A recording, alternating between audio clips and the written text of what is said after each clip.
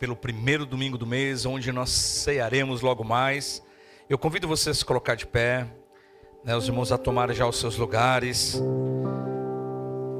para que a gente possa abrir a palavra de Deus, um texto que nos convide à leitura, à reflexão, à entrega e ao propósito dessa noite.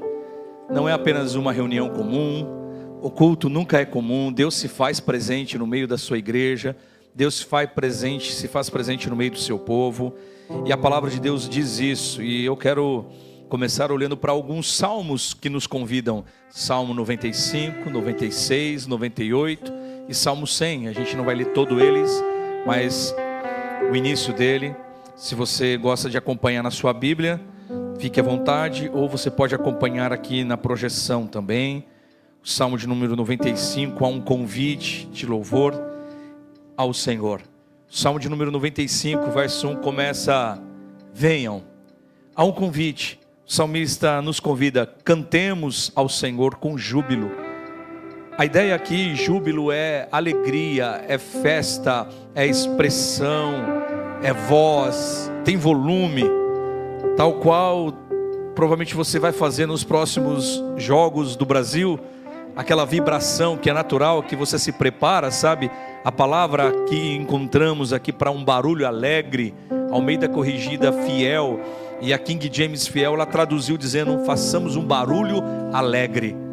Aquela mesma expressão, aquele preparo, é o mesmo sentido de festa, porque estamos diante do nosso Salvador. Celebremos o rochedo da nossa salvação. Percebe que o convite e o motivo de felicidade não é porque coisas boas podem acontecer, mas é porque nós temos um Senhor e um Salvador, e é uma rocha, é seguro essa salvação. A gente pode deixar a luz ainda levantada, porque os irmãos estão lendo, né? Aí o verso 2: saiamos ao seu encontro com ações de graça. Olha isso, saiamos ao seu encontro com ações de graça. Vitoriemo-los com salmos. A ideia é de ir ao encontro do Senhor com gratidão, com expressão de obrigado, Senhor. Há no seu coração hoje essa expressão: obrigado, Senhor, o Senhor é bom. Há essa expressão. Por quê? Verso 3: porque o Senhor é bom, porque o Senhor é o Deus supremo e um grande rei acima dos deuses. Nas suas mãos estão as profundezas da terra, as alturas dos montes lhe pertencem, os lugares mais fundos como os mais altos estão nas mãos dele. Dele é o mar, pois ele o fez, obra das suas mãos, cada continente. Venhamos e adoremos, prostremo-nos. A ideia de se prostrar, de se inclinar, de se dobrar. A palavra prostremos aqui, ela dá a ideia até de ajoelhar-se, e agora ele vem para não ter dúvida: ajoelhemos diante do Senhor que nos criou. A ideia é que você tem esse sentimento de se prostrar totalmente diante dele, e liberdade para isso, porque afinal de contas ele é o nosso Deus, e nós somos o povo do seu pasto e ovelhas da sua mão. Aleluias, como isso é bom.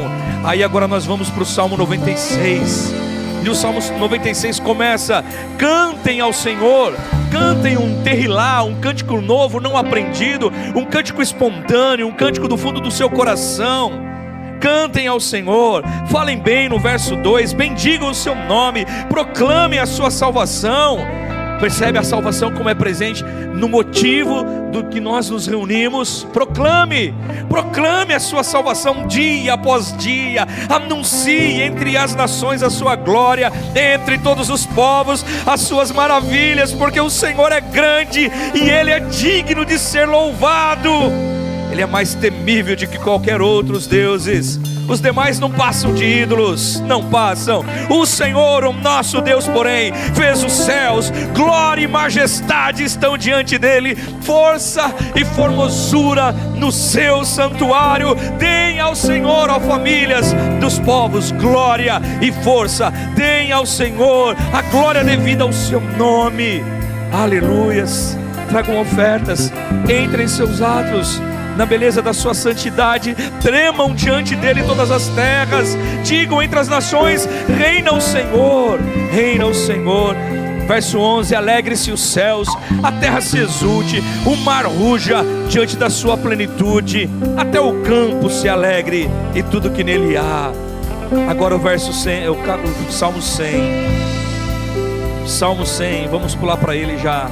Ele vai dizer assim: celebrem com júbilo ao Senhor todas as terras, sirvam ao Senhor com alegria, apresente-se diante dele, como nessa noite, apresente-se diante dele com cântico. Saibam que o Senhor é Deus, e foi Ele que nos fez, e dele somos o seu povo e o rebanho do seu pastoreio. Entrem por suas portas com ações de graça, e nos seus átrios com hinos de louvor. Rendam-lhe graças, bendigam o seu nome, porque o Senhor é bom, e a sua misericórdia, ela dura para sempre, e de geração em geração a sua fidelidade. Aleluias! Obrigado, Senhor, te louvamos, Pai. Queremos nesse momento convidar o Senhor nessa oração agora.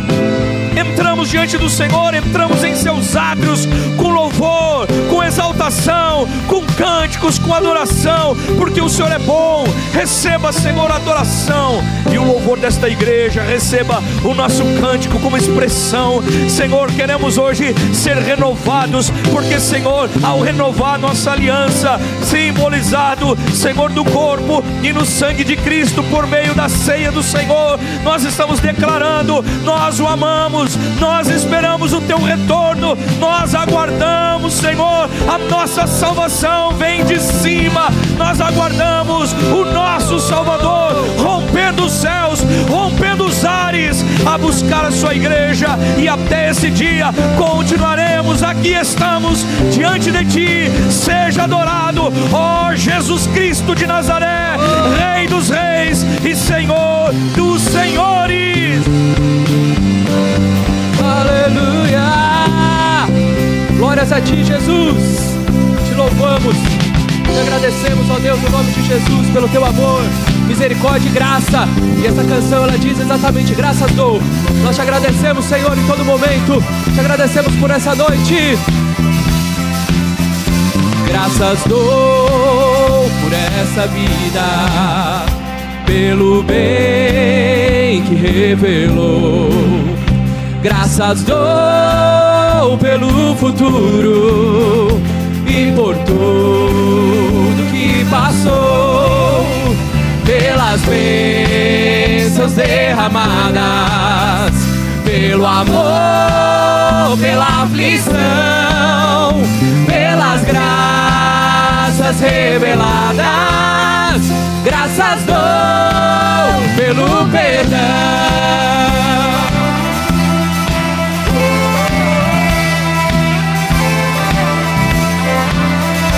Graças pelo azul celeste e por nuvens que há também, pelas rosas do caminho e os espinhos que elas têm, pelas noites desta vida, pela estrela que brilhou, pela prece respondida e a esperança que falhou. Oh, oh,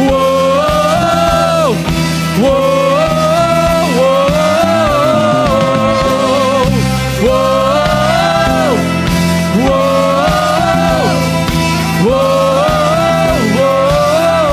Pela cruz e sofrimento e afinal ressurreição. Aleluia! Pelo amor que é sem medida, pela paz no coração, pela lágrima vertida e o consolo que é sem par, pelo dom da eterna vida, sempre graças em te dar. Eu não mereço tamanha graça que me livrou da escravidão. O meu passado não tem poder, pra tua glória eu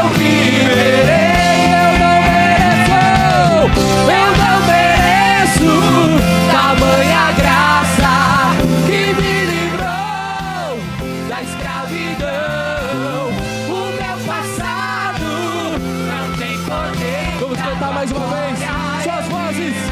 Aleluias, eu não mereço.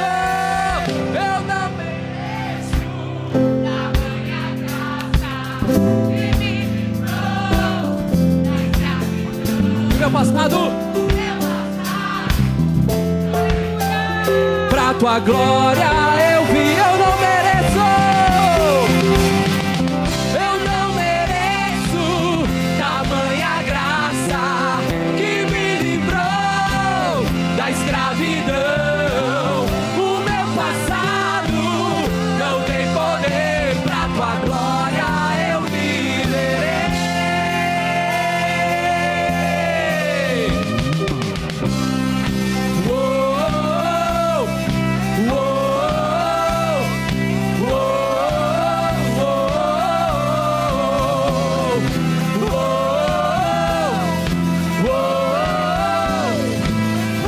Pra tua glória eu viverei. Aleluia! Pra tua glória, Senhor.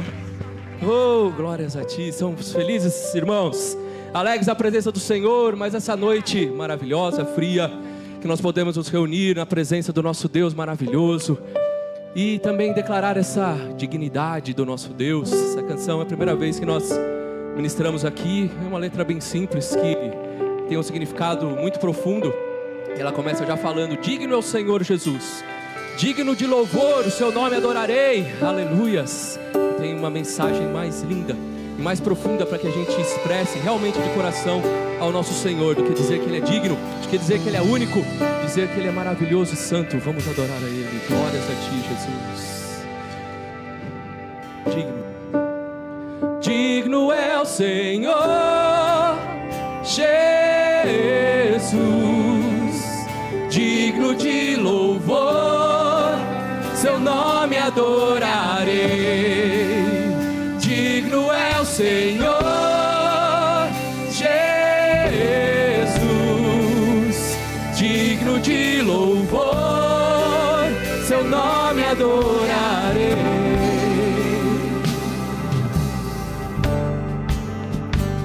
Minha culpa já se foi, aqui estou, encantado por tanto amor. Sua graça não tem fim, eu cantarei sua bondade pra sempre. Digno é o Senhor Jesus, digno de louvor, seu nome adorarei. Digno é o Senhor Jesus, digno de louvor, seu nome adorarei. Minha culpa já se foi, aleluia. Minha culpa já se foi, aqui estou, encantado por tanto amor.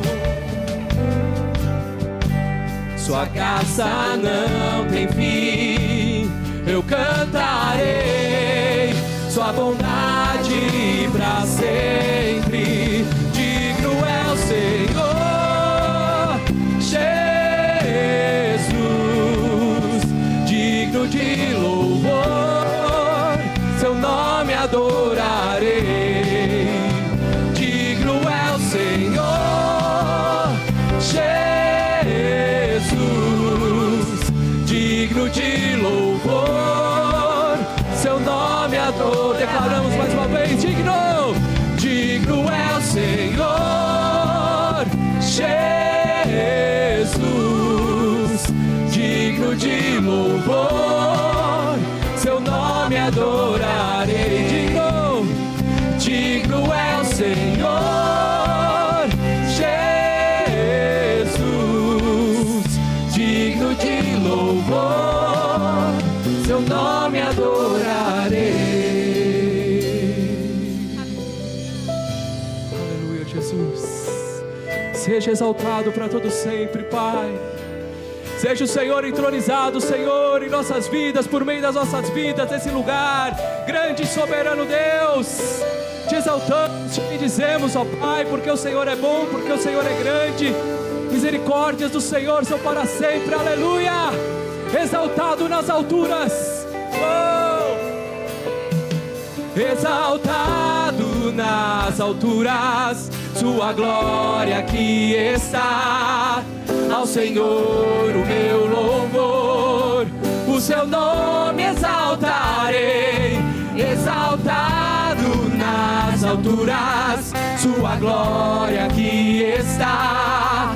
Ao Senhor o meu louvor, o seu nome exaltarei. Exaltado nas alturas, sua glória aqui está.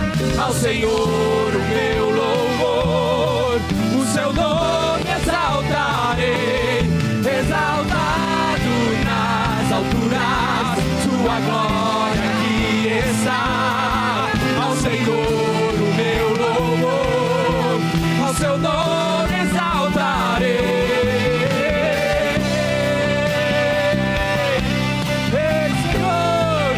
Recebe o nosso louvor, Pai.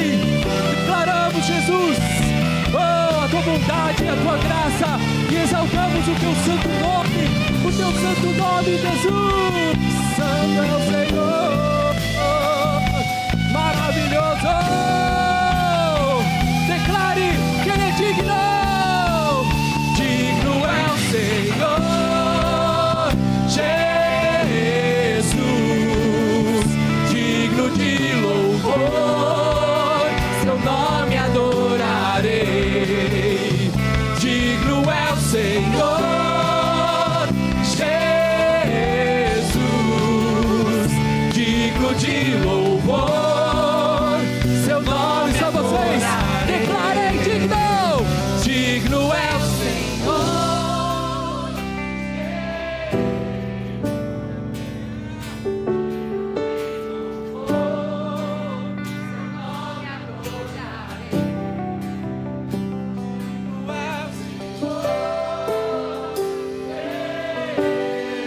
Exalte esse Deus que é digno.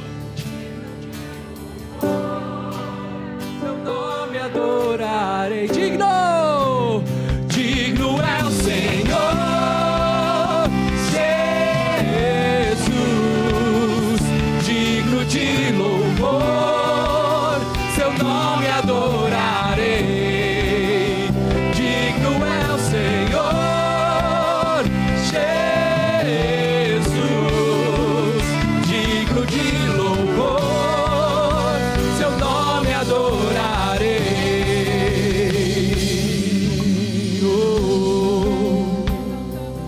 Digno é o Senhor, exaltado nas alturas. Exaltado nas alturas, sua glória aqui está. Ao Senhor o meu louvor, o seu nome exaltarei. Exaltado nas alturas, sua glória aqui está. Ao Senhor o meu louvor, o seu nome exaltarei.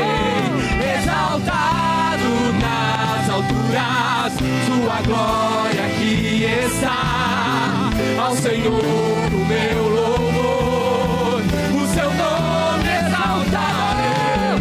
Exaltado nas alturas, tua glória aqui está. Ao Senhor o meu louvor, o seu nome suas vozes declaram exaltado. Exaltado nas alturas, tua glória aqui está. Ao Senhor o meu louvor, o seu nome exaltarei. Exaltado nas alturas, sua glória aqui está. Ao Senhor meu louvor, o seu nome exaltarei. Digno é o Senhor Jesus.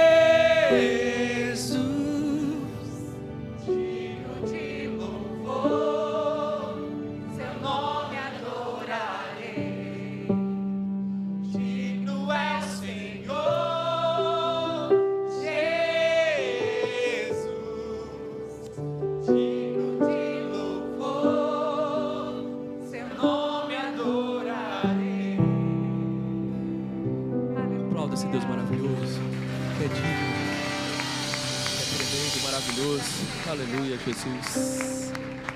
Muitas vezes, dentro dessa consciência da nossa indignidade diante de Deus, nós nos escondemos, muitas vezes. Assim como quando Adão pecou, Eva pecou, e reconheceram, e olharam para si e começaram a ver aquele pecado neles, eles se esconderam de Deus. E às vezes, muitas vezes, o diabo com peso em nossas vidas, querendo colocar simplesmente esse peso sobre a nossa indignidade, nós acabamos deixando de nos colocarmos diante do Senhor de verdade, com as nossas debilidades, com as nossas fraquezas. Deixamos de dar nome aos nossos pecados muitas vezes, quando nos achegamos ao nosso Senhor, e a vida vai continuando da mesma forma. Mas assim como essa canção que fala: eu venho como estou, eu venho como estou diante do Senhor, Jesus. Que realmente nós possamos ter o nosso coração assim despido de nós, de entender que realmente nós precisamos e dependemos do nosso Senhor. Sem Ele nós não somos nada, e que nós somos pecadores, indignos realmente. Mas Ele nos chama e diz: venha como você está, eu estou aqui para te limpar, eu estou aqui para te curar, eu estou aqui para te libertar, não apenas para trazer bênçãos para essa vida, porque eu já te trouxe todas as coisas, eu morri na cruz por você, eu te trouxe a vida eterna e a salvação, para todo aquele que crê de verdade no nosso Senhor Jesus. Aleluias, seja exaltado Jesus, para todo sempre. Senhor, eu me achego a ti, tua ira santa mereci, o teu favor estende aqui, aceita um pecador. Eu venho como estou, sim, venho como estou, porque Jesus por mim morreu. Eu venho como estou.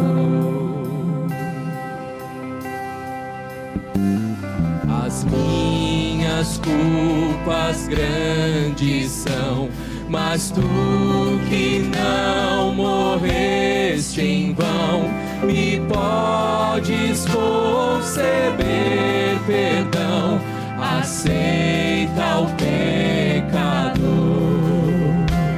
Eu venho como estou, sim, venho como estou,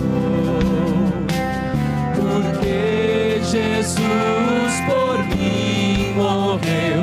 Eu venho como estou, eu venho como estou, sim, venho como estou, porque Jesus por mim morreu. Eu venho como estou.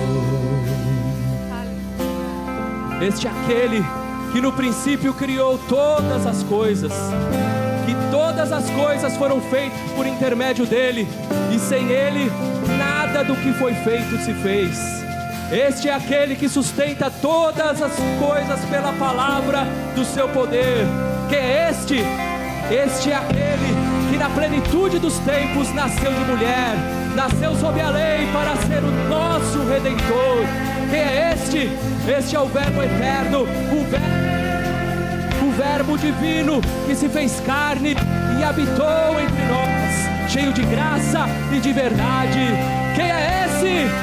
Esse é o autor da vida, este é o criador do mundo, este é o pão da vida, este é a luz do mundo, este é a porta da salvação, este é o bom pastor, este é a ressurreição e a vida, este é o caminho, a verdade e a vida, este é a verdadeira vida.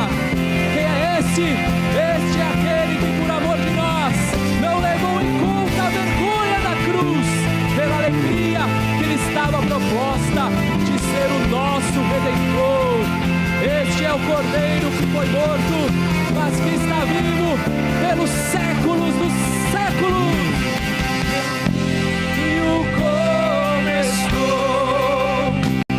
sim, veio como estou.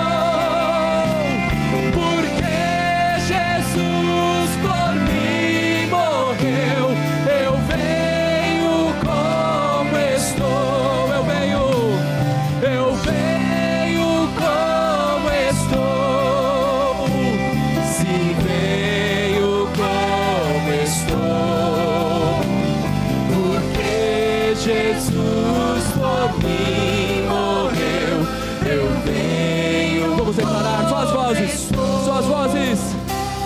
Eu venho como estou.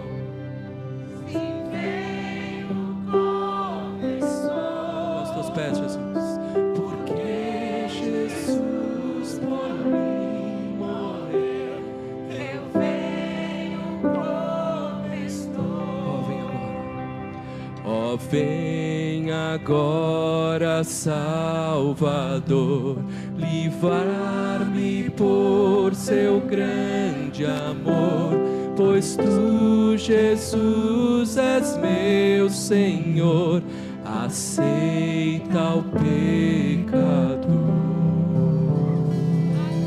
Aleluia, Jesus. Aqui como estamos, Senhor. Glória a Deus. Amém. No mesmo Espírito, vamos ofertar ao Senhor. Traga os seus dízimos e ofertas com alegria, com base no fé, no reconhecimento e na gratidão. Enquanto nós cantamos mais uma canção, temos QR Codes, tem uns gasofiláceos aqui. Fiquem à vontade, vamos adorar ao Senhor. Aleluia! Aleluia, graças a Deus.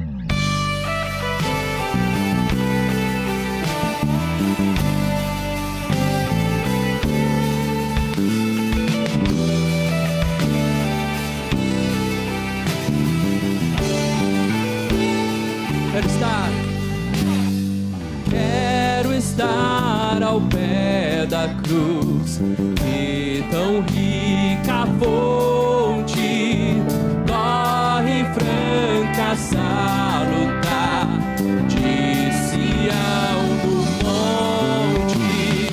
Sim, na cruz,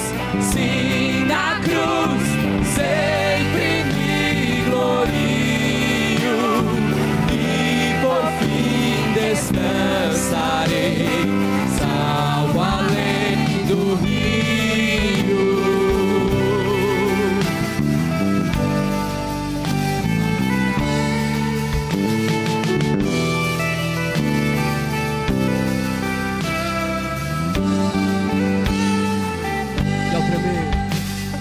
E ao tremer ao pé da cruz, graça, amor achou-me, matutina estrela ali, raios seus mandou-me.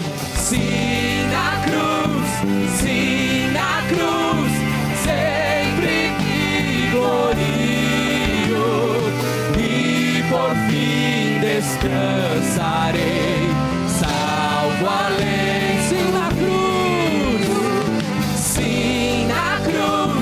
Sim, na cruz, sempre me glorio, e por fim descansarei, salvo além do rio.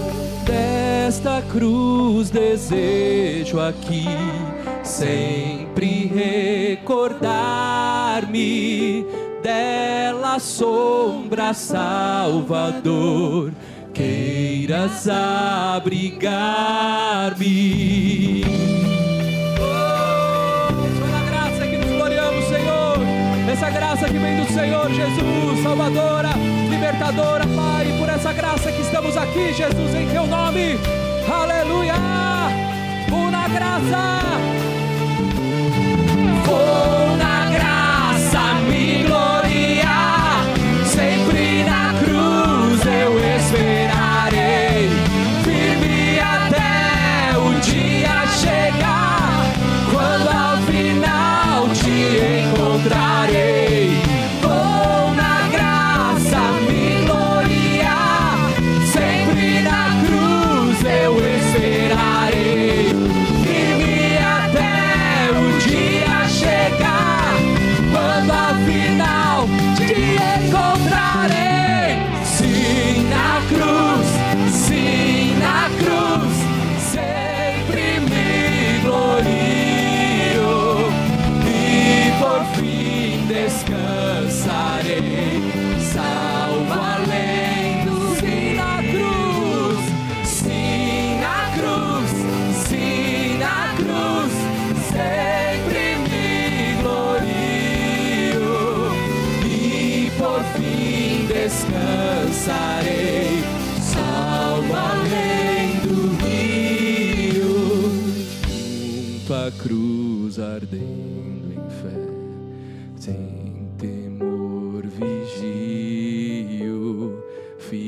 firme até a pátria ver, santo além. Aleluia! Exaltado Jesus, glória a ti, Pai amado. Podemos aceitar a igreja. Amém.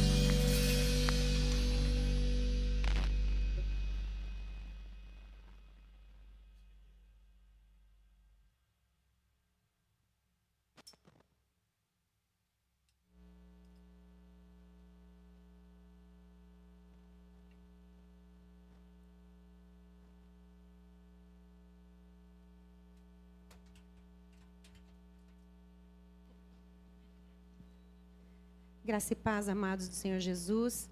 Irmãos, para quem não sabe, nós temos uma caixinha que fica ali na entrada da igreja, que tem os pedidos de oração. E os intercessores, eles abrem essa caixinha toda semana, eles leem o pedido e a gente ora pelos pedidos que estão aqui, irmãos. E tem muitos pedidos para cura, libertação, para restauração de famílias. E hoje mesmo chegou um pedido na live, né, que a gente anota e coloca aqui. Então, a gente ora por esses pedidos. Então, é o momento da gente estar orando, né? E a palavra do Senhor diz em João 15, que se você permanecer em mim e as minhas palavras permanecerem em vós, pedireis o que quiseres e vos será feito.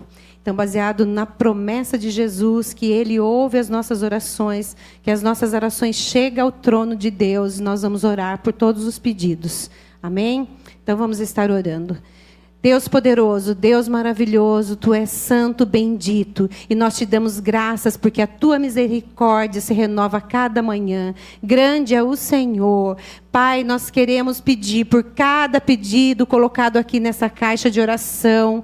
Senhor, cada necessidade, nós cremos que Tu és o Deus provedor, aquele que provê, aquele que cura, aquele que restaura. Senhor, a pessoa quando colocou o pedido aqui, Senhor, ela estava necessitando de algo que o Senhor sabe. E em nome de Jesus, é no nome de Jesus que clamamos e que oramos. Esse nome que é poderoso para fazer infinitamente mais de tudo aquilo que pedimos e pensamos. Por isso, em nome de Jesus, nós queremos que cada oração feita aqui, Senhor, o Senhor possa estar dando resposta com Teu poder, trazendo cura, restauração de casamentos, libertação, pessoas com pensamento de suicídio que sejam libertadas, curadas, cheias do Espírito Santo. Senhor, a Tua palavra diz que Jesus veio para destruir as obras do diabo, e em nome de Jesus, nós repreendemos toda ação do inimigo sobre vidas aqui nesta igreja. Pedidos nessa caixinha nós repreendemos, sabemos que o Senhor traz vida, o Senhor traz cura, pois o inimigo veio para matar, roubar e destruir, mas o Senhor veio para que tenhamos vida, e vida plena, vida em abundante. Por isso, em nome de Jesus, repreendemos todo o mal, toda ação do inimigo sobre essas vidas, Pai, e cremos que o Senhor vai dar resposta, que o Senhor vai com Teu poder, Senhor, visitar cada família, Senhor, que colocou o pedido aqui, Senhor, que haja conversão, que haja, Senhor, cura e libertação, em nome de Jesus. Amém. Amém.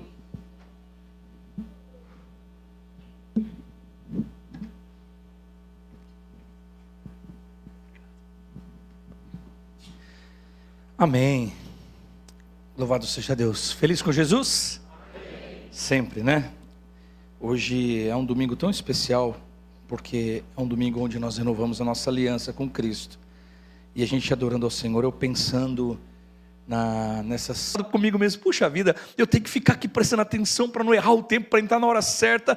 E a minha partitura é só pausa. Mas a pausa, ela é saudável, ela precisa acontecer na nossa vida, né? E assim, eu quero chamar aqui o pastor Júlio com a Patrícia, para a gente orar com eles, porque depois de hoje eles vão descansar uns dias aí, tá bom? Eles vão estar tirando umas férias de 2 semanas para descansar. Se você não tem muito hábito de mandar mensagem, não vai mandar nessas 2 semanas, né?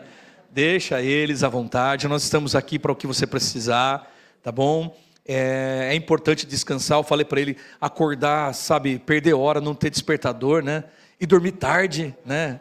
E dormir tarde, pescar, né? Eu não sei se vai conseguir pescar, mas é importante ter esse tempo de descanso que é justo, porque eu estava falando hoje de manhã e é verdade, irmãos, né? Dizem que tem as 4 profissões mais difíceis do mundo foi enumerada. A primeira que está lá, e você pode dar um Google depois para você ver que eu não estou falando besteira. A primeira é ser o presidente dos Estados Unidos. A segunda não lembro, nem a terceira. Mas a quarta é ser pastor. E eu fiquei pensando, mas acho que não é tão difícil assim. Aí a gente começa, puxa, todo mundo está dizendo que a gente envelhece, que isso e aquilo. E de fato ser pastor é algo que é custoso, porque você não desliga, não acaba o expediente, você vai para casa o tempo todo, você dorme com o celular num jeito que se ele tocar de noite, você já está pronto. Às vezes você já dorme até pronto, porque você está esperando uma notícia no meio da madrugada. Às vezes, eu não sei o que os demônios têm de pegar o povo de madrugada, irmãos. Olha, a gente precisa orar para os demônios começar a pegar o povo de dia, Começa só de madrugada que toca o telefone para expulsar demônio, ou então as pessoas passam mal, o casal vai brigar, tudo depois das 10 da noite, podia começar a brigar mais cedo, Era melhor nem brigar, irmãos, em nome de Jesus, Enfim, são coisas que o pastor é envolvido, aí tem mais, e a impotência, pensa gente, no sentimento que é terrível, que um pastor carrega, ele vê alguém dando errado na vida, ele fica pensando, eu deveria ter feito mais, eu deveria ter ido atrás, puxa vida, eu não consegui conversar, eu vi que a pessoa estava ausente, mas eu não consegui, e sempre há esse peso, Paulo diz que é dores de parto gerar uma igreja, então existe um desgaste, e a gente precisa aprender biblicamente a esse tipo de honra e de cuidado, e eu queria convidar você a se colocar de pé, para nós orarmos, Trago isso também, pensando na importância do trabalho, do desgaste e da apreensão.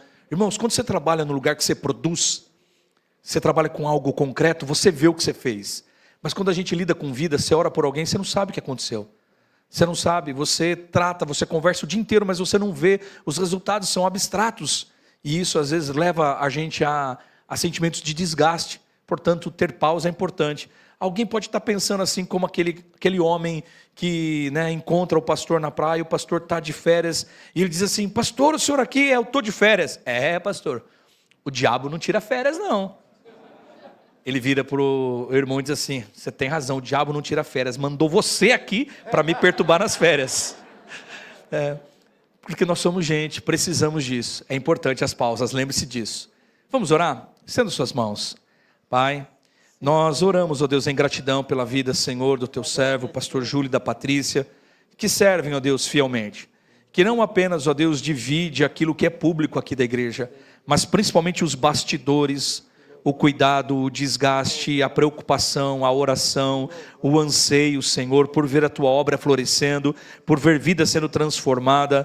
Sabemos, ó Deus, do desgaste, porque nós não temos poder, nós não mudamos ninguém, nós somos impotentes diante, ó Deus, de crises humanas, existenciais e reais que existem, mas elas também nos pegam de certa maneira. Paulo diz, como não me enfraquecer com aquele que enfraquece, me adoecer com aquele que adoece. Ele diz que ele absorve e, portanto, é importante as pausas para um tempo de renovo, um tempo de descanso, um tempo de recuperação, um tempo de ouvir o Senhor também, ó Deus, de forma leve, sem as pressões, de maneira, Senhor Deus, que possa haver o desfrute, Pai. Então oramos agora no nome de Jesus, para que nesses dias que os teus servos vão descansar, que o Senhor proporcione bênçãos, provisões, de todos os tipos para a vida deles, ó Pai. Em nome de Jesus, que eles possam namorar bastante, que eles possam curtir bastante um ao outro, a família, e também, ó Deus, ser renovados na sua mente, no seu emocional, Pai. Em nome de Jesus oramos e agradecemos.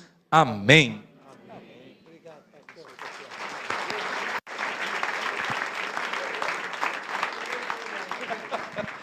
Amém. Os irmãos podem tomar os vossos assentos. A gente vai ficar com um videozinho, uma chamadinha para a pregação. Logo depois estaremos recebendo a ministração da palavra de Deus.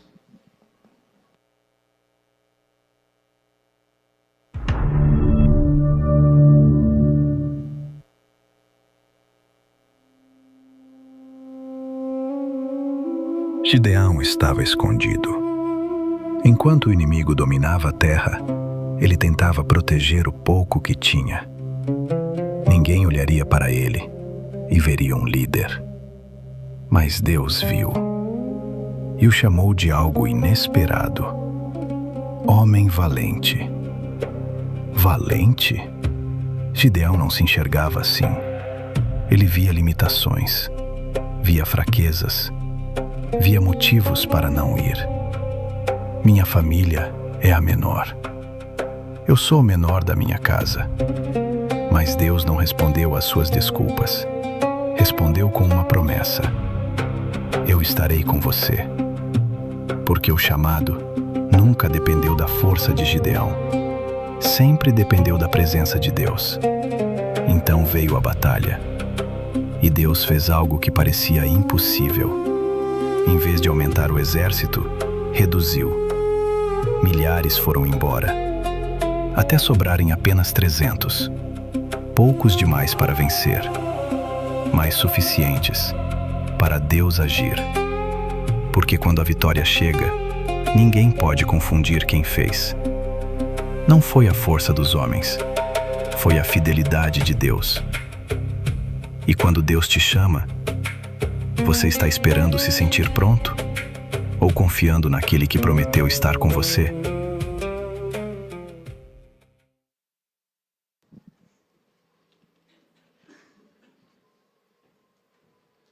Graça e paz, irmãos. Amém. Graças a Deus. Não fica com inveja não, irmãos, né? Tá bom, então. Deixa eu me retomar aqui, né? Irmãos, graças a Deus, né? Nós estamos nessa série, né, irmãos, baseado na noite em que Jesus disse que ia ser traído, e os discípulos, olhando para si, perguntaram: sou eu, Senhor? Então essa série, baseado nela, essa pergunta, sou eu, Senhor, de responsabilidade, nós, com a graça de Deus, né, estamos pregando sobre vários personagens da Bíblia que responderam ao chamado. E hoje eu convido vocês para abrirem suas Bíblias em Juízes, capítulo 6, versículo 11 ao 16, eu vou ler na versão NAA, e depois eu vou pular para o capítulo 7, versículo 2 ao 7, que nós vamos falar um pouquinho sobre a história de Gideão. Todo mundo já ouviu falar de Gideão, irmãos? Quem nunca ouviu falar de Gideão? Quem não sabe o que está fazendo aqui? Brincadeira. Mas Gideão é um personagem bem conhecido, né, irmãos? E nós vamos aprender, porque a palavra de Deus, ela é feita para isso, né? E foi escrito para nos ensinar. Então preste atenção agora. Então, o anjo do Senhor veio e sentou-se debaixo do carvalho que está em Ofra, que pertencia a Joás, a família de Abiezer. Gideão, filho de Joás, estava malhando trigo no lagar, para o pôr a salvo dos midianitas. Então o anjo do Senhor lhe apareceu e lhe disse: o Senhor está com você, homem valente ou varão valoroso. Gideão respondeu: ah, meu Senhor, se o Senhor Deus está conosco, por que nos aconteceu tudo isso? E onde estão todas as suas maravilhas que os nossos pais nos contaram? Eles disseram: o Senhor nos tirou do Egito, porém agora o Senhor nos abandonou e nos entregou nas mãos dos midianitas. Então o Senhor se virou para Gideão e disse: vá nessa força, vá nesta força que você tem e livre Israel das mãos dos midianitas. Não é verdade que eu estou enviando você? Gideão respondeu: ah, meu Senhor, como livrarei Israel? Eis que a minha família é a mais pobre em Manassés, e eu sou o menor na casa de meu pai. Mas o Senhor disse: já que eu estou ao seu lado, você derrotará os midianitas como se fossem um só homem. Pulando agora para o capítulo 7, para nós entendermos melhor essa história, ou relembrarmos ela. Do versículo 2 ao 7 diz assim: O Senhor disse a Gideão: o povo que está com você é grande demais para eu entregar os midianitas nas mãos deles. Israel poderia se gloriar contra mim, dizendo: a minha própria mão me livrou. Agora, pois, faça uma proclamação ao povo, dizendo: quem estiver com medo, que volte e se retire do monte Gileade. Preste atenção. Então 22.000 homens voltaram e 10.000 ficaram. Mas o Senhor disse a Gideão: ainda há gente demais. Faça-os descer as águas, e ali eu provarei para você. Eu os provarei para você. Aquele de quem eu disser, este irá com você, esse irá com você. Porém, todo aquele de quem eu disser, esse não irá com você, esse não irá. Gideão fez o povo descer as águas. Então o Senhor lhe disse: todo aquele que lamber a água com a língua, como se faz o cão, esse você porá de um lado. Todo aquele que se ajoelhar para beber, esse você porá do outro lado. O número dos que lamberam a água, levando-a com a mão à boca, foi de 300 homens. Todos os demais se ajoelharam para beber. Então o Senhor disse a Gideão: com esses 300 homens que lamberam a água, eu livrarei vocês, e entregarei os midianitas nas suas mãos. Que todos os outros voltem, cada um para o seu lugar. Amém? Incline a sua cabeça, por favor. Senhor Deus, nós louvamos a Ti, pois a Tua palavra já é suficiente, Senhor, para convencer, para corrigir, para encorajar, para salvar. E muitos já conhecem essa história. Mas nós não acreditamos em acaso, mas acreditamos na providência do Senhor, na soberania do Senhor. E o Senhor nos reuniu aqui nessa noite para nós ouvirmos esta palavra, e ela produzirá, segundo o propósito, Senhor, que o Senhor tem na vida de cada um. Em nome de Jesus, por graça, continue falando conosco. Amém. Graças a Deus, né, irmãos? Então esse livro de Juízes nós sabemos que foi escrito por Samuel, a Bíblia nos ensina assim, a história nos ensina assim, no século 10 a 11 antes de Cristo, num período chamado período dos juízes, e se inicia com a morte de Josué, até o primeiro rei, Saul. Então, nesse tempo, as tribos de Israel, elas não estavam unificadas no quesito governo. E, por vezes, eles estavam perdidos, ou seja, ora eles adoravam a Deus, ora eles eram influenciados pelas nações vizinhas, e eles ficavam perdidos. E se você pegar o capítulo de número 6, nós vamos ver que o que aconteceu? Eles fizeram o que era mal aos olhos do Senhor. E eles fazendo mal que era aos olhos do Senhor, afastando-se da direção do Senhor, o Senhor permitiu que os midianitas oprimissem o povo de Israel. E oprimia tanto que eles plantavam, e na época que era para eles colherem, e a nação ter suprimento, e colher o fruto do trabalho deles, a Bíblia diz que os midianitas vinham e colhiam antes, e eles estavam empobrecendo. Já dava uma pregação isso aqui, quando nós muitas vezes saímos fora do caminho do Senhor, as coisas não dão certo, E a pior coisa que Deus pode fazer para uma pessoa é entregar o indivíduo aos seus próprios desejos. Deus nos entregar aos nossos próprios desejos. Mas Deus também ele tem umas ações pedagógicas, mas sempre a misericórdia do Senhor, ela caminha junto.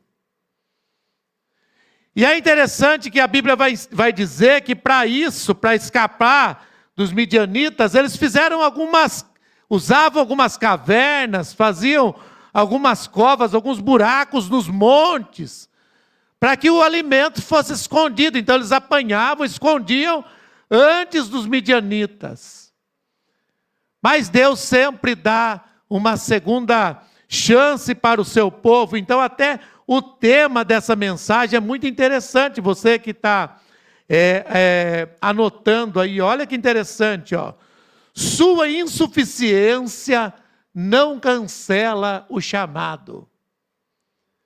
Então a nossa insuficiência, as nossas limitações, as nossas imperfeições, elas não cancelam o chamado que o Senhor tem para com a nossa vida.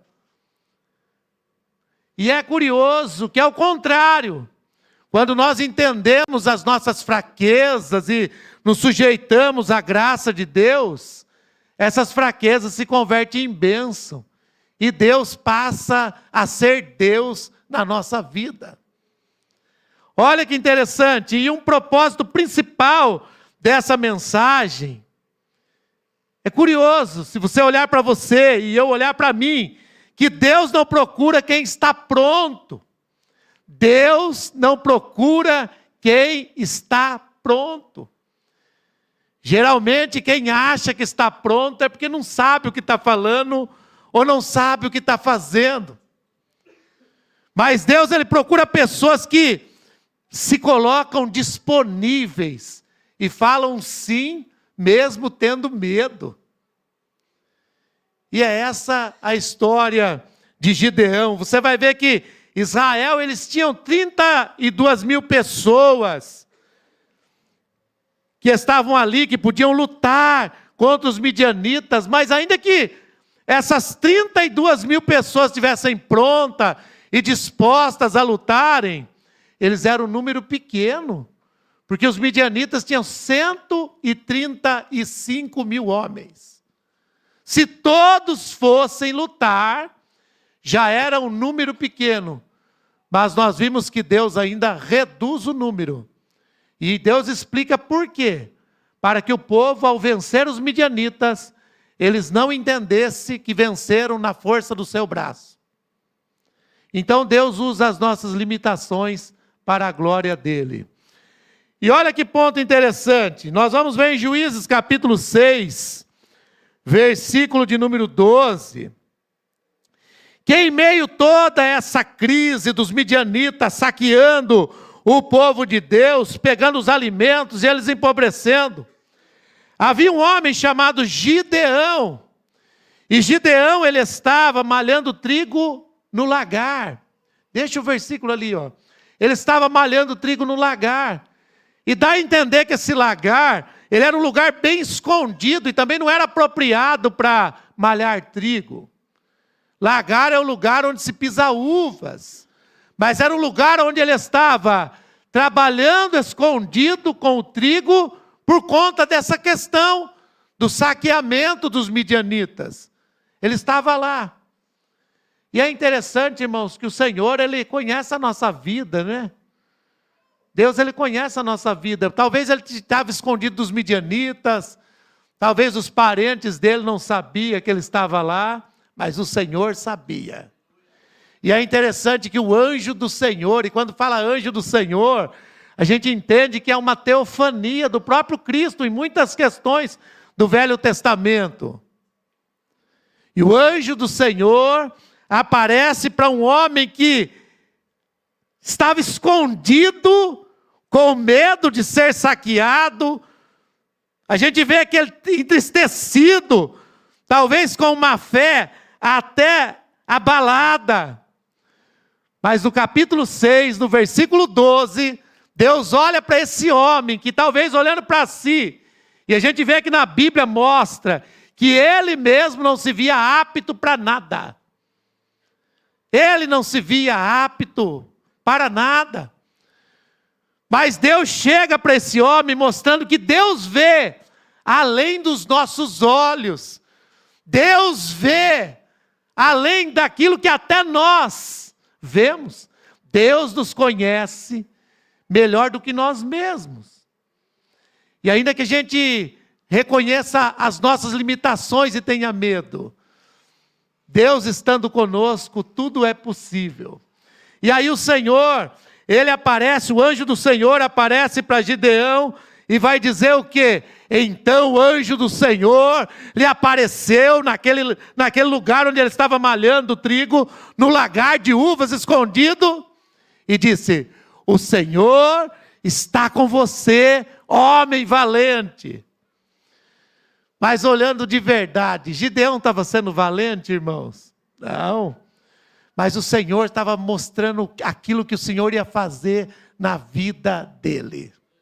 Aleluia. E aí o que acontece? Deus vê o que ainda não existe.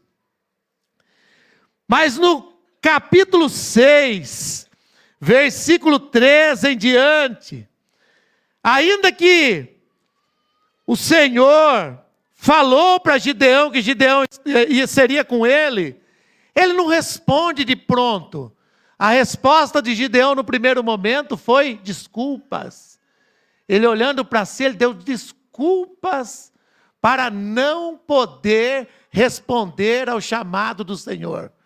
Primeiro ele questiona o anjo do Senhor e diz: olha, parafraseando, os nossos pais contaram das maravilhas que o Senhor fez no meio da nossa nação, que o Senhor livrou o nosso povo do Egito. Mas aonde está o Senhor? Aonde está o Senhor? Aonde estão os teus feitos? Ou seja, ele começou a olhar para o contexto. Outro ponto diante desse chamado, que o Senhor estava chamando ele como resposta, ele diz: mas eu não posso. Eu sou o menor na casa do meu pai. E outra resposta: a plantação do meu pai é menor, ou seja, por mais que eu quisesse, eu não tenho comida para dar para todo mundo.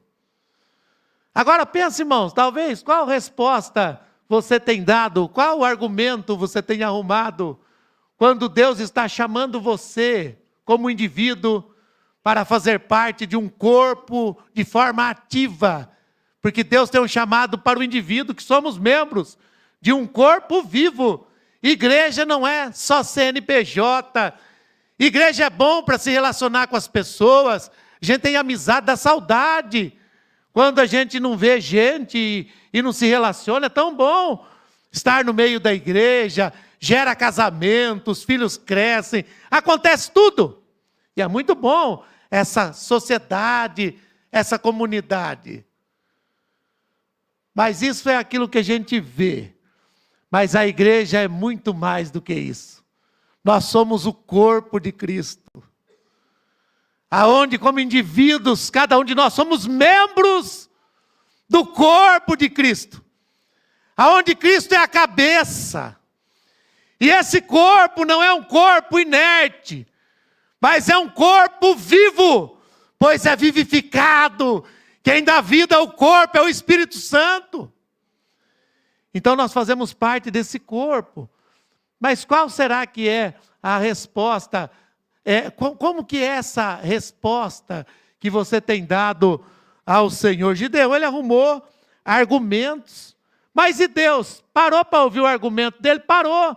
Mas os argumentos dele foi empecilho para Deus fazer o que ele queria fazer? Não. Pois em todos os argumentos que Gideão falou, a resposta de Deus é: eu serei contigo, eu vou estar com você.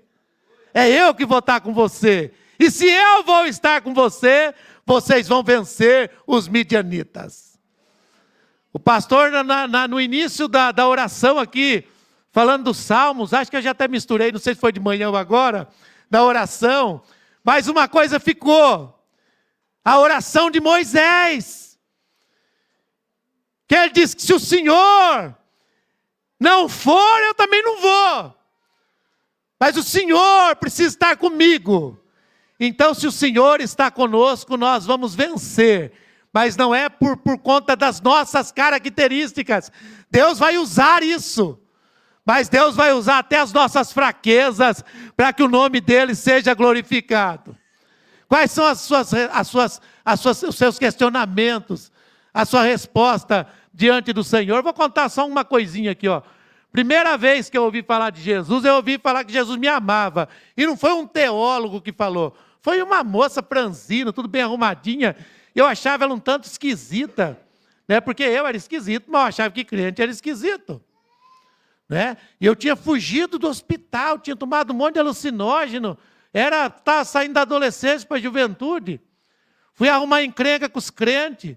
A moça veio pregar para mim e eu fiquei com uma raiva dela, sabe? Porque ela falava tudo bonitinho e ela estava sentada na praça que eu ficava. E ela tinha que sumir de lá porque estava atrapalhando o movimento, né? Aí ela falou assim para mim: Jesus ama você. Eu falei: você não sabe nem quem eu sou. Ela falou: não, mas Jesus ama você. Eu falei: nem minha mãe gosta de mim. Era mentira, mas eu falava: nem minha mãe gosta de mim. Ela falava: não importa, Jesus ama você. Eu falava: nem a polícia gosta de mim. Isso ela tinha certeza. Ela falava: mas Jesus ama você. E isso me salvou. É isso aí, ué. Então, eu já comecei dando desculpa, mas o Senhor começou a dar uma resposta que não tinha nada a ver comigo, tinha a ver com o amor dele. E você que é mais bonitinho do que eu, irmão, nasceu na igreja e está fazendo tanta coisa aí, qual é a resposta que você tem dado ao Senhor? Qual a desculpa? O argumento? E é interessante que o chamado não depende da capacidade, mas depende da presença divina. E esses dias a gente aprende com as crianças, né? Que as crianças pintaram lá e tinha uma frase que é curiosa.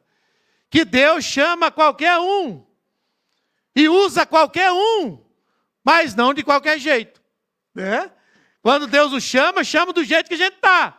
Mas a gente não fica do jeito que a gente está. Porque o Senhor muda a nossa vida. E Deus mudou o coração de Gideão, mostrando que o Senhor era com ele, independente da capacidade dele. Irmãos, mas você já fez prova com Deus? Isso é negócio de neopentecostal ou de pentecostal, fazer prova com Deus, né? Às vezes a gente faz, né? Ou de crente mesmo, porque Gideão fez prova com Deus. Mas já pensou Deus falando com Gideão, o anjo do Senhor aparecendo para ele? Ele ainda mesmo assim, ele fez prova para ver se Deus de fato estava com ele. Irmão, você sente que Deus está com você? Não responda que eu estou fazendo essa pergunta de maldade, vá. Eu vou parar com isso. Tá, eu fiz, mas é maldade isso.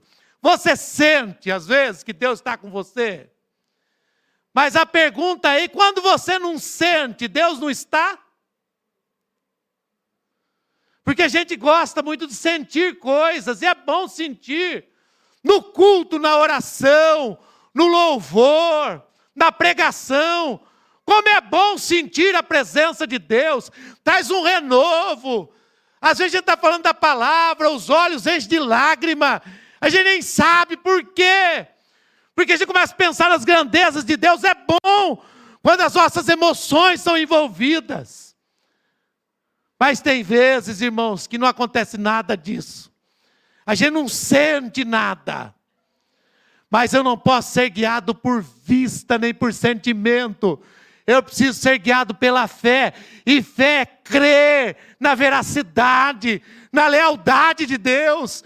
Fé é crer naquilo que está escrito. E Jesus, ao ressuscitar, e Ele enviar os discípulos para fazerem discípulos, e Ele dizendo: todo poder é me dado no céu e na terra. Ele dizia de fazer discípulos de todas as nações. E Ele não promete, como o diabo prometeu para Jesus, tudo dessa vida, os reinos. Não. Ele promete algo melhor para nós. Ele prometeu: estarei convosco todos os dias, até a consumação dos séculos. Então, ainda que o braço não arrepie, ainda que a barriga não gele, o Senhor está conosco, porque Ele é fiel e Ele é verdadeiro para cumprir aquilo que Ele prometeu. Ele está conosco. E se Ele está conosco, nós vencemos como indivíduo, nós vencemos como igreja. Não porque está em nós a capacidade, não por causa do seu diploma, da sua experiência, não. Tudo isso pode ser sujeitado a Deus e ser usado para a glória dEle. Mas não é por isso. Nós vencemos porque o Senhor está conosco. Mas Gideão fez prova. Que prova que ele fez? Ele vai e fala: então vou pôr um velo de lã aqui. E se ele amanhecer molhado e o chão seco, então eu vou entender que o Senhor está comigo. E aconteceu. Esse sinal foi respondido. Mas ele ainda não estava contente. Ele falou: agora, para mim saber que o Senhor está comigo, vamos fazer o contrário. Então eu vou deixar o velo de lã. E se ele aparecer seco pela manhã e volta molhado, então o Senhor está comigo. E aí o que acontece? Aconteceu também. E é curioso que mostra nisso a imaturidade da fé. Deus nos chama, irmãos, inseguros, cheios de dificuldades, de medo. Deus nos chama assim. Eu não sei, não estou falando chamado para a salvação, mas o seu coração não queima para alguma área e você percebe que é isso que Deus quer da sua vida, mas você olha para você, dá medo. Você acha que Deus vai usar o pastor, vai usar o fulano, vai usar o beltrano? Eu lembro uma coisa interessante, irmãos, que eu estava feliz porque Deus é tão generoso comigo, que eu fui para brigar com os crentes, saí crente, eu nunca mais usei droga. Nunca mais. Eu usei droga, nunca mais. E alguns dependentes perguntam: mas o senhor se esforçou? Diante de Deus eu nunca me esforcei, eu me rendi. É diferente. Eu nunca fiquei lutando contra... Eu me rendi, eu nunca mandei ofício para Deus. Mas eu lembro um dia, irmãos, isso você precisa entender. Eu lembro um dia que a minha casa nunca mudou assim de pronto, assim que meu pai ficou bonzinho, minha mãe ficou agradecendo eu porque eu parei de usar droga, eles não estavam nem aí. Eu parei, a obrigação era minha e eles não estavam comemorando. Mas o pior é que começaram a ter problema dentro de casa, que meus pais eram da Umbanda, né? Então eles tinham problema. Eu lembro um dia que eu estava olhando para cima no quarto e a situação do meu pai brigando com a minha mãe, tudo daquele jeito. E eu trancado no quarto lá, eu fui tentar conversar com meu pai, ele ironizou o que eu estava falando. E eu peguei e comecei a falar assim para Deus: Deus, esse negócio está tudo legal, sabe? Os crentes são gente boa comigo, a gente sente a presença de Deus. Eu não uso mais droga, mas será que eu vou dar conta desse negócio? Porque eu nunca conheci ninguém que deu conta no meu contexto na época. Aí os irmãos chamaram eles eram batistas e eles pregavam em vários lugares. E eu vejo que Deus também respeita a nossa imaturidade. Eu acabei de conhecer Jesus, eu não sabia nem se tinha 12 ou 10 apóstolos, eu não sabia nada. Eu só sabia que Jesus era Jesus. E eu lembro que eu fui lá em Francisco Morato, irmãos. Os irmãos levaram eu para dar testemunho lá. E eles iam pregar, que eles eram um grupo de missionários, sabe? E eu cheguei na igreja, um irmão bem grandão assim, me abraçou assim, ó. E aí Deus usou ele começou a falar em línguas assim, perto de mim, não teve escândalo nenhum. E aí o Senhor começou a falar o que eu tinha pensado na minha casa. Eu não tinha contado para ninguém, ele falou o que eu tinha pensado. Porque eu olhando para mim, eu não tinha condição nenhuma. Mas ele falou: eu sou com você. Foi eu que te tirei de lá. Não temas, porque eu sou com você. Ninguém contou para ele. Não deu tempo de contar. Mas o Senhor via a minha aflição. E essas coisas vai marcando a vida da gente. A gente precisa ouvir Deus falar de uma forma diferente, porque eu era imaturo. Mas Deus teve a maior paciência com Gideão, como tem comigo, como tem com você. Ele fazendo essas provas. Mas mostra a paciência divina. Deus tem paciência. E Deus responde com graça, com favor imerecido. Deus responde, irmãos. Aleluia, Ele é conosco, Ele responde. E Ele continua no chamado, e a gente vai entender isso que é a teologia da graça. Ou seja, a fé não nasce madura. Se você pegar até a história de Pedro, Pedro no começo ele achava que tinha que servir a Deus na força do braço. Quando Jesus falou que todos iam negar e abandonar ele, mais precisamente, ele falou o quê? Não, tá certo, eu vou prestar atenção. Não falou nada. Ele falou, que é isso? Por ti eu darei a minha vida. Ele confiava na força do braço dele.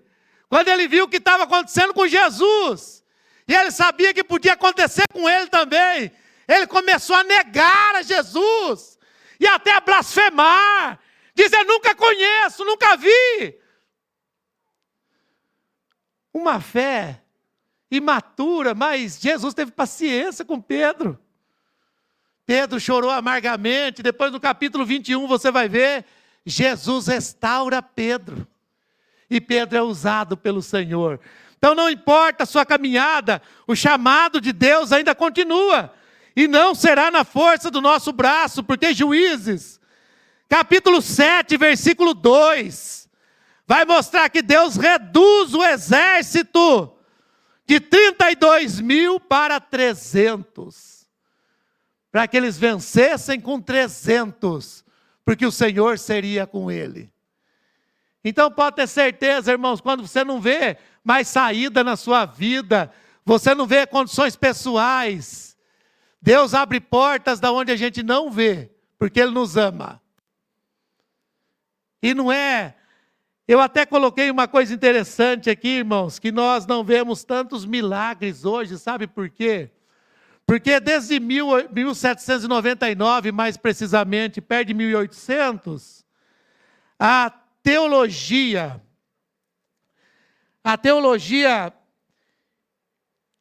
que racionaliza tudo, a teologia liberal, que quer explicar os milagres de Jesus de maneira racional, influenciada pelo humanismo.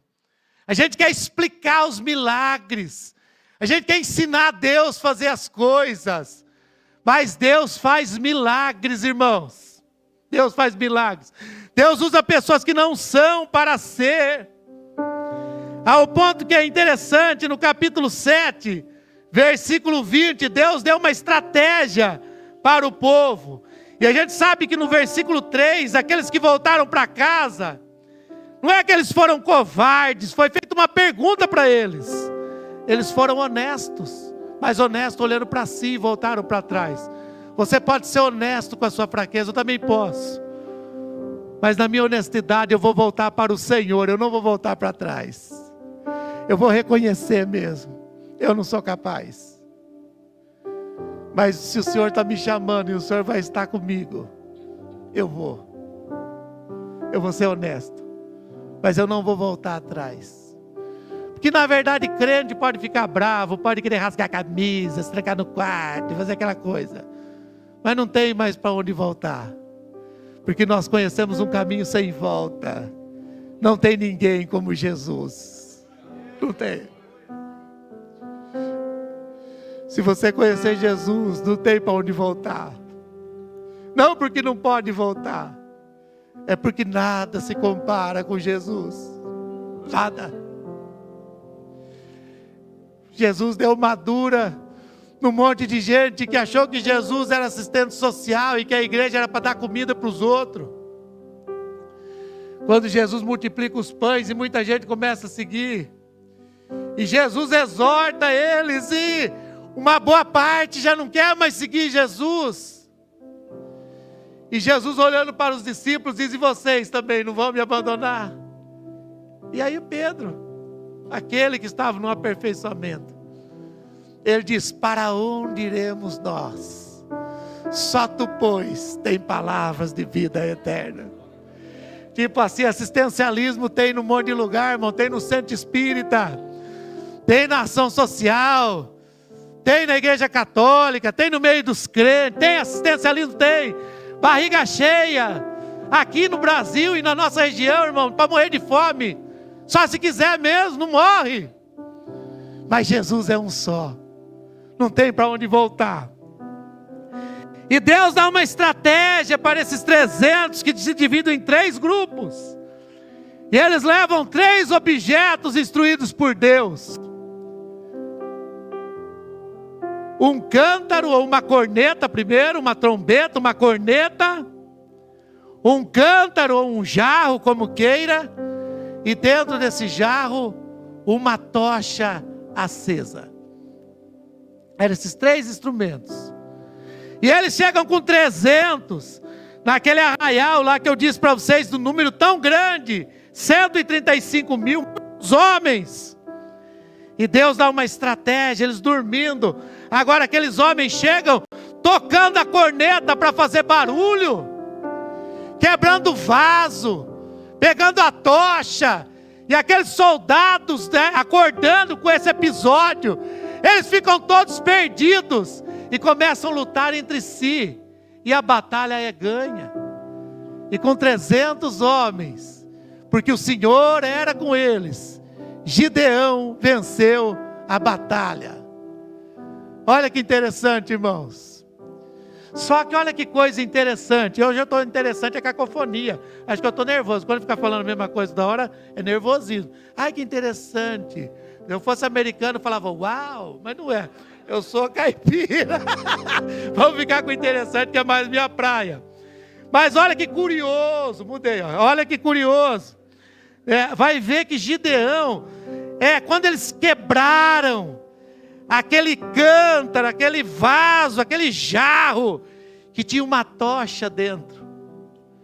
Pense nisso. Chamado tem a ver com ouvir o Senhor chamando. Mas tem a ver com chama. Aquilo que queima o coração. Só que a chama nessa história estava dentro de um vaso de barro.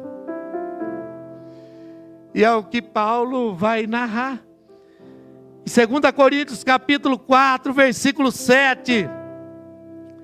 Paulo vai dizer que nós, como cristãos, nós temos um tesouro. Veja só que interessante. Temos, porém, esse tesouro. Aonde está esse tesouro? Aonde está guardado o Evangelho, a transformação na vida das pessoas? É na nossa capacidade, é na nossa eloquência? Não, esse tesouro em vasos de barro, para que se veja que a excelência do poder provém de Deus e não de nós. Deus chamou você mesmo, irmão. Deus me chamou. Não foi eu que procurei o Senhor.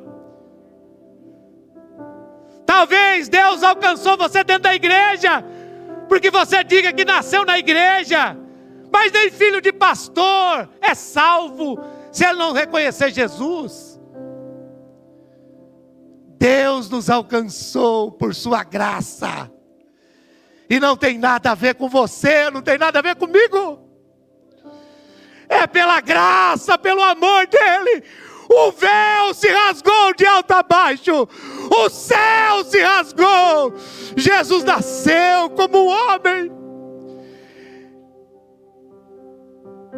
Você pode ter um chamado, mas é vaso de barro. O Evangelho está dentro de nós, carregamos uma mensagem, mas somos fraquinhos, falhos. Não que vivamos em pecado, mas por mais que nós vivemos em santidade, nós não temos capacidade própria.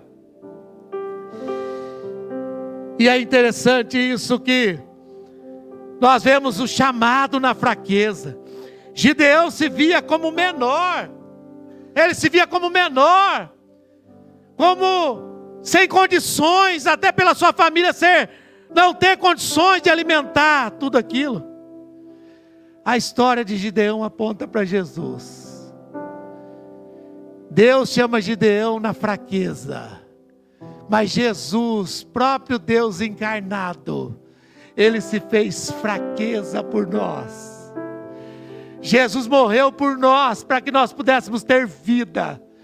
Jesus pagou o nosso preço na cruz, era para nós. Nós merecíamos a cruz, mas Jesus se esvaziou por amor a nós. E Ele ressuscitou e está vivo. E Ele está vivo. Jesus está vivo. E todo o poder foi lhe dado no céu e na terra. Jesus tem todo o poder.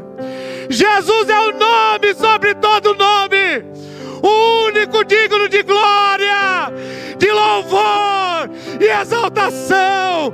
É Jesus o nosso Senhor. Mas Ele nos deu autoridade. Ele diz: em meu nome expulsarão demônios, em meu nome falarão novas línguas. Nós somos vasos de barro, mas somos vencedores em nome de Jesus, pois nos apropriamos daquilo que foi feito na cruz. E se nós entendemos isso nessa noite, irmãos, todas as desculpas para não respondermos ao chamado cai por terra, porque nós somos fracos, mas Ele é que tem nos fortalecido, e é Ele que tem nos chamado. Então é interessante que Gideão, ele venceu com apenas 300 homens. Filipenses 2:8 diz que Cristo venceu sozinho na cruz. Sozinho, que a morte na cruz foi a primeira vez e única na história que a Trindade foi separada. Quando o nosso pecado foi derramado sobre Cristo, e Ele levou a nossa culpa, e Ele vai orar os salmos dizendo: Deus meu, por que me desamparaste? E é interessante que a Bíblia vai mostrar, e eu li esses dias, não é uma frase minha, mas é de John Stott. Ele vai dizer que Jesus inclinou a cabeça e morreu. Ele inclinou a cabeça e suspirou, mas Jesus ressuscitou ao terceiro dia. Até no último momento, Jesus viveu para a glória de Deus. Ele não morreu e inclinou a cabeça, Ele se inclinou primeiro, mostrando que Ele foi fiel até o fim. E no poder do Senhor, nós podemos ser fiéis até o fim. Cristo venceu. A vitória não veio pela força humana, mas veio pela presença do Deus divino. Então é interessante que a ênfase é essa daqui dessa mensagem, ó. Deus não precisa de quem se sente pronto, mas Deus, Ele chama pessoas que também se inclinam, se rendem, entendem que são fracos, mas que a fortaleza virá do Senhor. E eu quero convidar você para nós nos colocarmos em pé agora e orarmos ao Senhor. E eu quero orar até nesse sentido. Você pode responder ou perguntar, melhor dizendo: sou eu, Senhor, que uso minha insuficiência como desculpa para não responder ao chamado. Sou eu, Senhor. E eu quero orar em nome de Jesus nessa noite com você. Enquanto os irmãos louvam ao Senhor, ou sola esse louvor, eu quero orar com você. E eu quero que você leve a sério isso. É uma súplica. Eu acredito que Deus está dividindo águas nessa noite. Isso não é para mexer com você. Eu acredito que do mesmo jeito que Deus restaurou Pedro, talvez tem pessoas que têm pegado pesado consigo mesmo. Pedro negou Jesus, mas na restauração,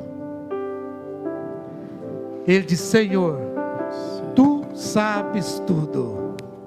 Tu sabes que eu te amo. E ainda que o amor de Pedro não era perfeito, o Senhor desceu, como aprendemos, ao nível de Pedro.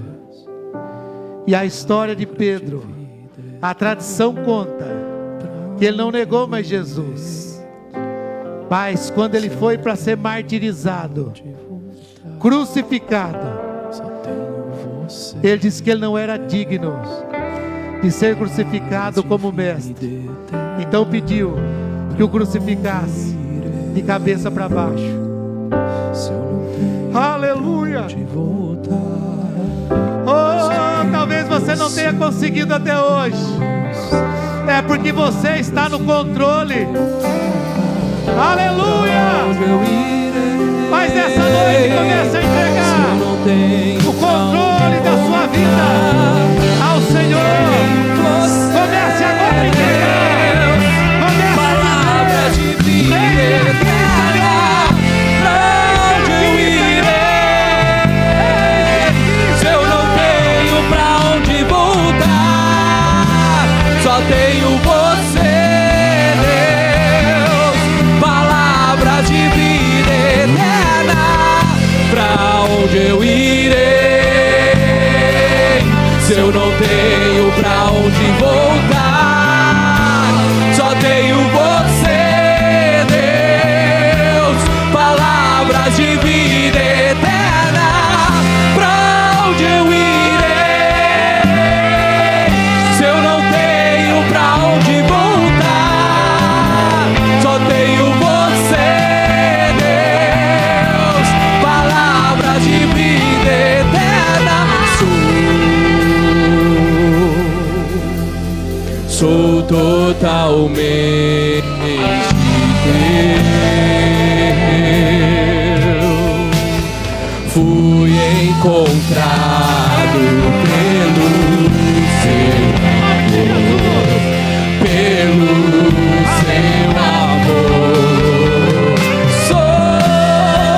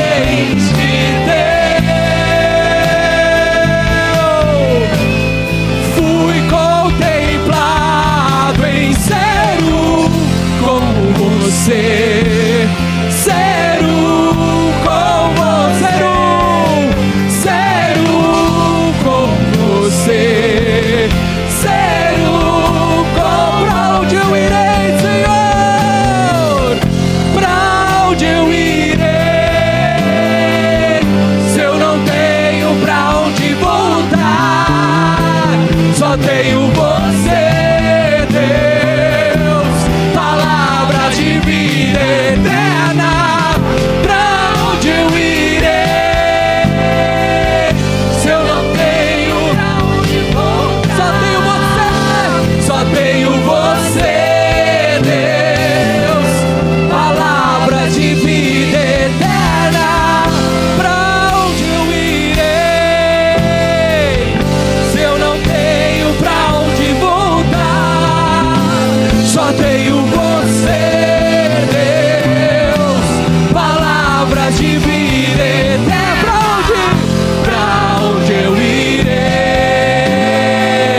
Se eu não tenho pra onde voltar, só tenho você, Deus.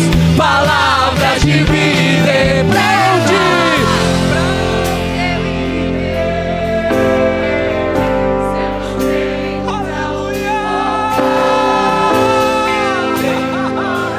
Só você, Deus.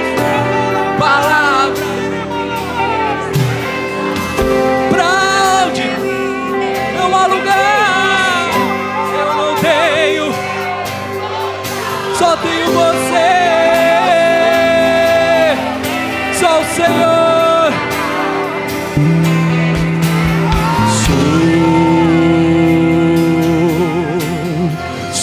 totalmente seu.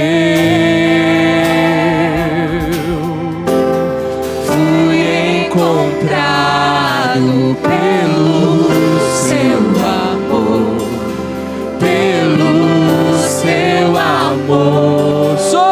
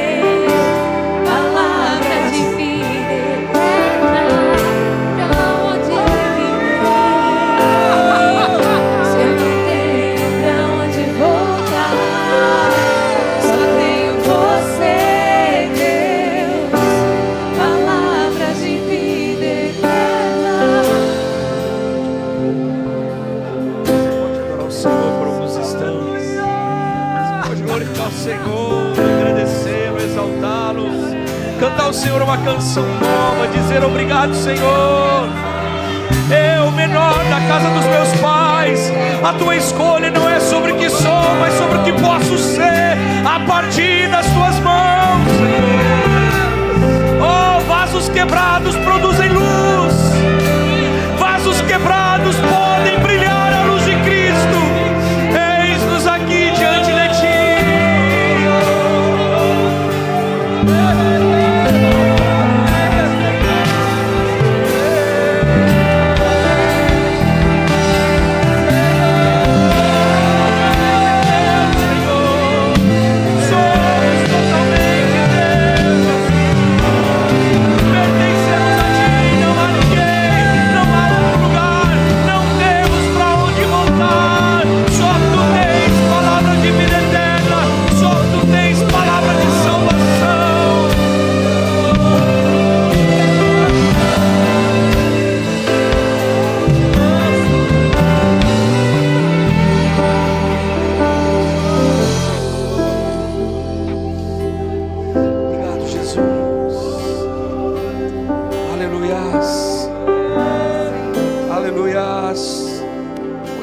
Coração de adoração, de entrega, de louvor.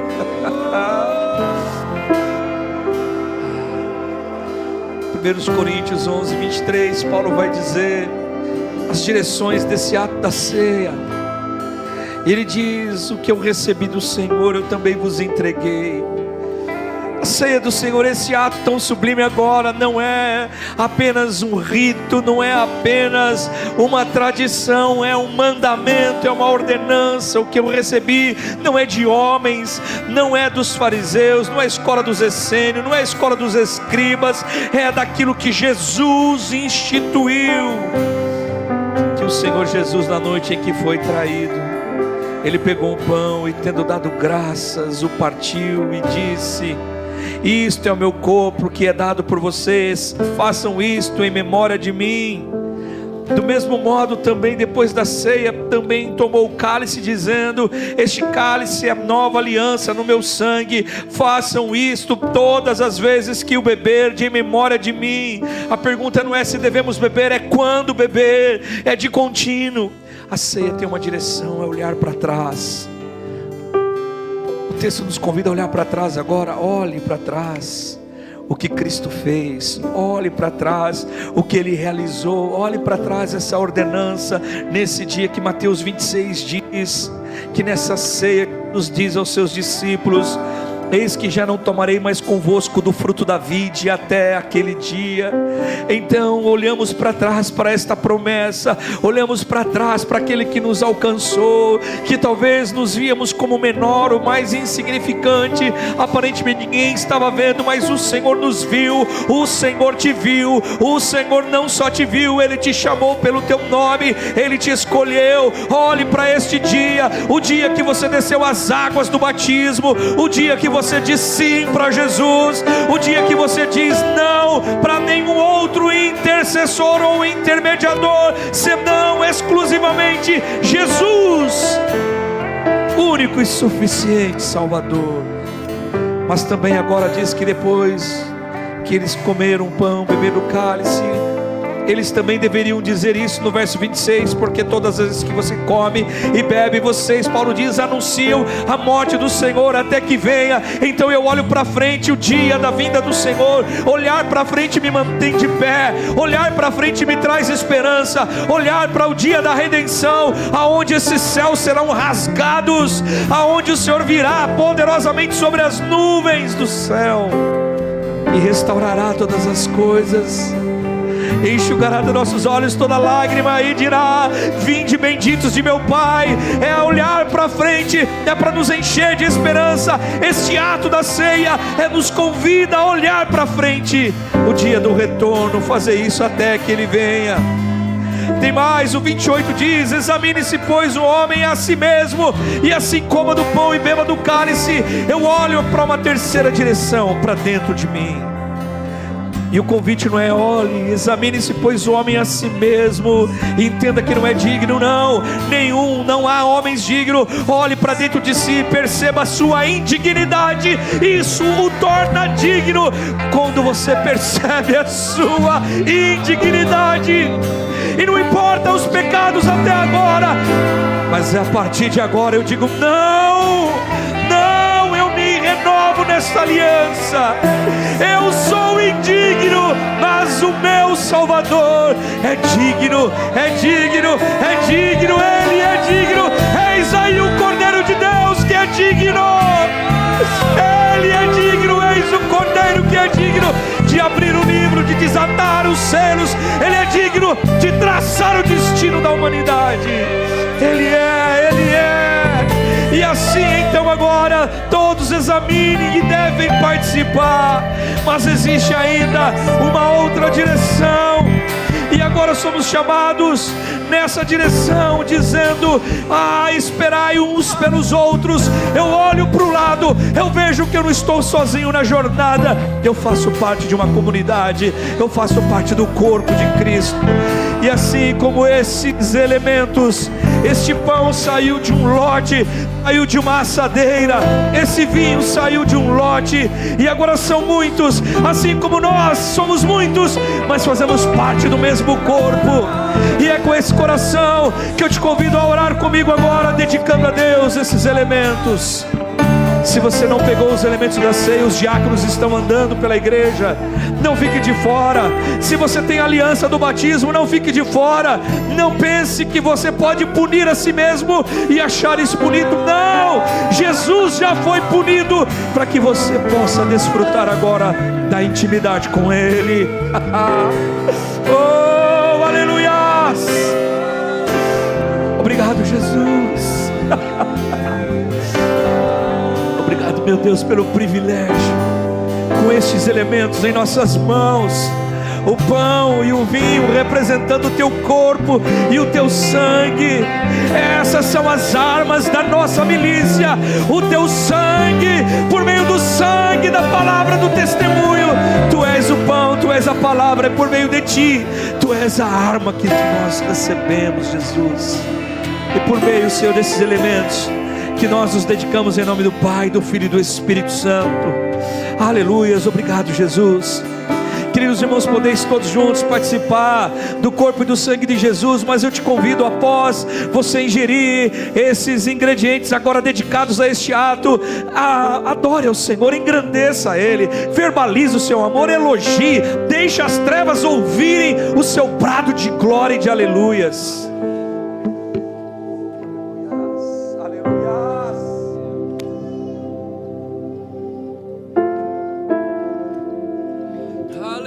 Senhor. Obrigado, Deus, Rei dos Reis, Senhor dos Senhores. Seja exaltado, seja adorado, seja exaltado,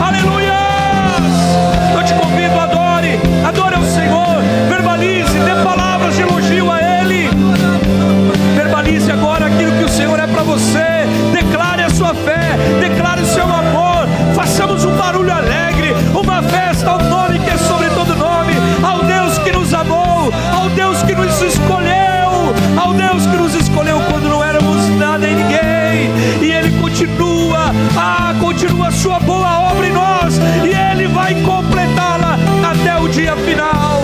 Estamos em obra, glórias a Ele, ao Cordeiro de Deus, aquele que era, aquele que é e aquele que há de vir, ao esperado das nações, ao amado da minha alma, ao primogênito dentre os mortos, aquele que ressuscitou e vivo está para todos sempre, aquele que tem a chave da morte e do inferno em suas mãos, aquele que está escrito na sua coxa, Rei dos Reis e Senhor dos Senhores, aquele que virá reinar, aquele que tem o cetro de justiça, aquele pelo qual os profetas aspiraram, aqueles a qual foi desejado por todos o patriarca, e nós temos a realidade. Tu és a realidade, Tu és a pedra de esquina, Tu és a rocha angular, Tu és, Senhor, o desejado da minha alma, Tu és o amado da minha alma. Obrigado, Jesus, obrigado, Senhor. Nós o adoramos, Pai, nós o bendizemos por esse ato tão sublime de crer e descansar e confiar na Tua providência. Oh, que o amor de Deus, que a graça do Senhor Jesus e as doces consolações do Espírito, ela seja conosco hoje e sempre. Fique à vontade para adorar a Deus, ou para poder, se você precisa ir embora, fique à vontade, está terminado em nome de Jesus. Até que o Senhor venha, eu vou clamar. Até que o Senhor venha, eu não vou descansar. Até que o Senhor venha, eu vou gastar a minha vida diante do Teu altar, diante do Teu altar. Até que o Senhor